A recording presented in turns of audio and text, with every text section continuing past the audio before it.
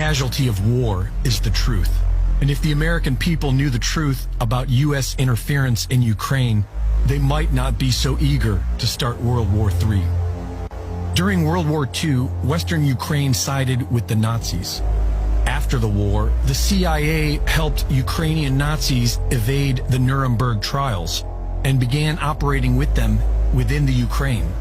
After decades of CIA infiltration, the Ukrainian People's Movement emerged in 1989 and gave birth to extremist groups Svoboda, Trident, and Right Sector, neo-Nazi groups pushing for the ethnic cleansing of Ukraine, extremist groups cultivated by the CIA, supported by the U.S. State Department, and used by the IMF to bring Ukraine to heel. When Yanukovych beat NATO-backed Yushchenko in the 2010 elections, his government was being pressured into signing an EU association agreement by the International Monetary Fund in their typical conquer-by-debt offer that would financially ruin the Ukraine and place them at the mercy of the World Bank. Yanukovych declined their offer. And in today's corrupt world, you're not allowed to say no to the IMF. Funded by Western NGOs associated with George Soros and the CIA, a highly organized color revolution was immediately deployed against Yanukovych. Organizations such as the National Endowment for Democracy trained activist journalists to utilize Facebook, along with 3 brand new television networks created within weeks to recruit people for the protests. This Western-run media campaign was a huge success. The turnout was massive. The CIA has been orchestrating revolutions their entire career, and the first step to their simple formula is to convince people to take to the streets in peaceful protest. They then use agitators to goad the police into violence, and state-run media to ignite the crowd with emotionally charged reports of sacred victims. On November 30th, 2013, the Ukrainian Chief of Staff, associated closely with the U.S. State Department, ordered the streets to be cleared of protesters for the erection of the annual Christmas tree.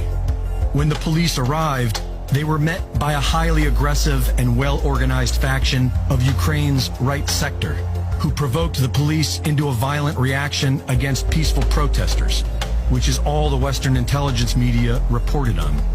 Predictably, this resulted in more unrest and violence, which was further fueled by U.S. Senator John McCain's support of the protests.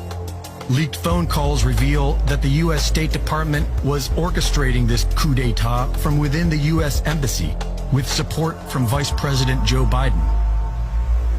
On February 20th, unidentified snipers, firing from government buildings occupied by the protesters, began firing into the crowd, killing people on all sides. Yanukovych's home and offices were taken by armed mobs, and a new government was put into place with a neo-Nazi element that went on to accept the IMF's spurious loan offer and began murdering the Russian-speaking population of Ukraine in Donbass. As a result of this Western-created quagmire, 96% of the people in Crimea voted in favor of joining Russia. And while the nation celebrated, Western media reported that they were invaded by Russia. Their proof? A Russian military presence which has existed there since 1804. Supporting a criminal war against Russia does not make you a patriot.